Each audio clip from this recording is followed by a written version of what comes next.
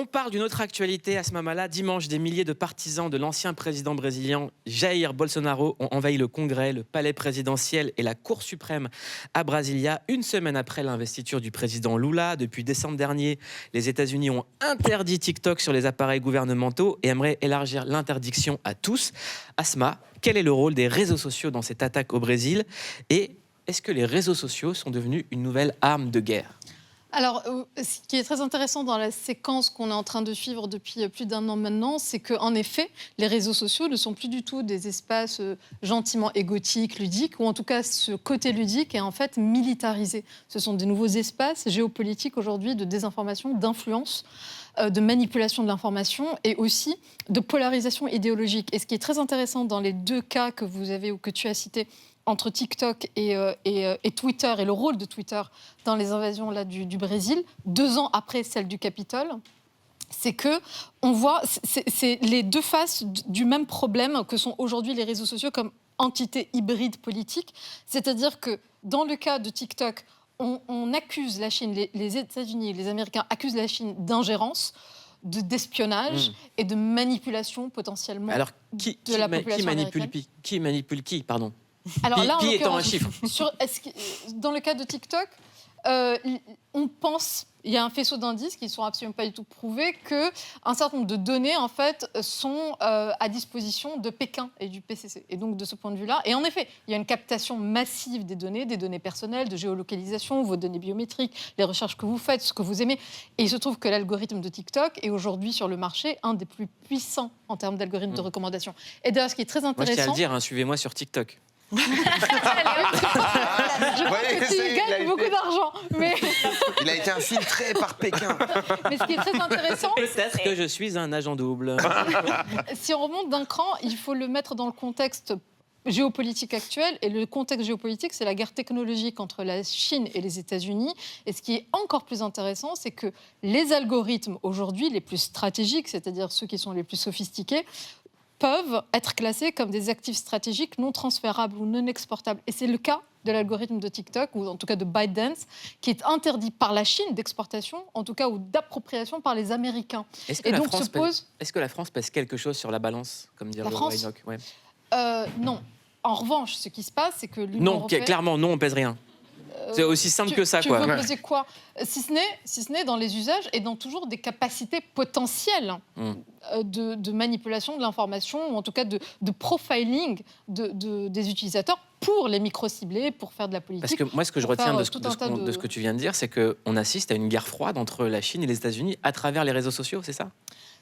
Alors, la guerre est un peu plus que froide, elle est plutôt tiède, mais parce qu'il y a beaucoup de confrontations, ce qu'on appelle la guerre hybride, donc ça prend tout un tas d'autres pans qui seraient un peu trop longs de développer ici, mais dans le champ de la guerre hybride, ou plus exactement dans la partie cyber de la guerre hybride, oui, il y a ce qu'on appelle aujourd'hui dans les doctrines une guerre informationnelle, une lutte informationnelle, cognitive même, et qui se passe et qui se joue sur les réseaux sociaux. Et de ce point de vue-là, TikTok et Twitter sont des espaces de confrontation idéologique qui sont assez majeurs. Et dans le cas du Brésil, c'est encore plus intéressant. C'est le rôle de Elon Musk, en fait, qui dès novembre avait eu des remontées comme quoi il y avait un problème dans la modération. On en avait beaucoup parlé en fin d'année dernière de Twitter.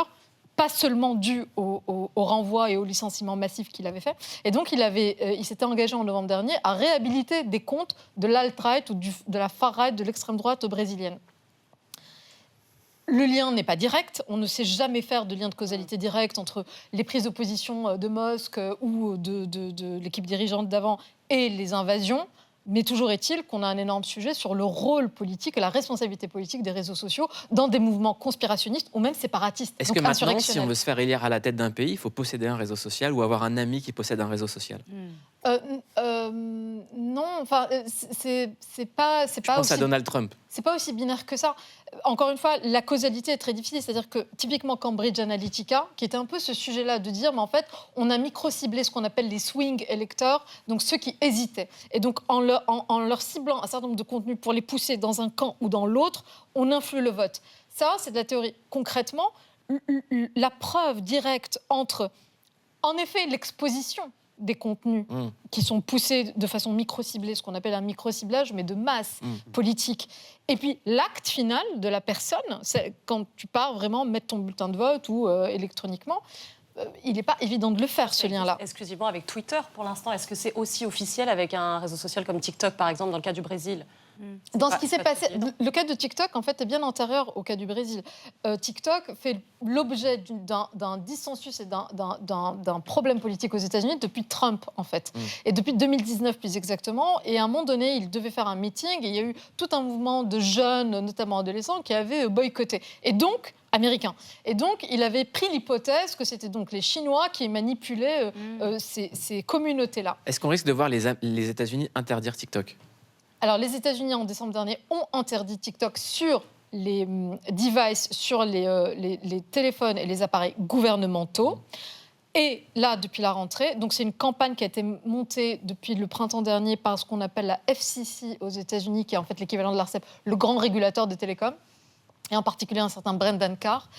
Et donc, le vote de début décembre était sur vraiment les appareils gouvernementaux, et un certain nombre d'États, je crois plus de 19 États, ont suivi ces recommandations-là. Et puis là, à la rentrée, on rediscute. Mais il y a énormément de lobbying, y compris de la part de TikTok d'ailleurs, qui explique qu'en fait, on n'a aucune preuve de l'ingérence potentielle. Mais qui essaye d'interdire tout simplement, vraiment de ban complètement TikTok aux États-Unis. En tout cas, cette guerre des réseaux sociaux et cette guerre froide, Asma, vous revenez souvent nous en parler. Vous êtes la bienvenue.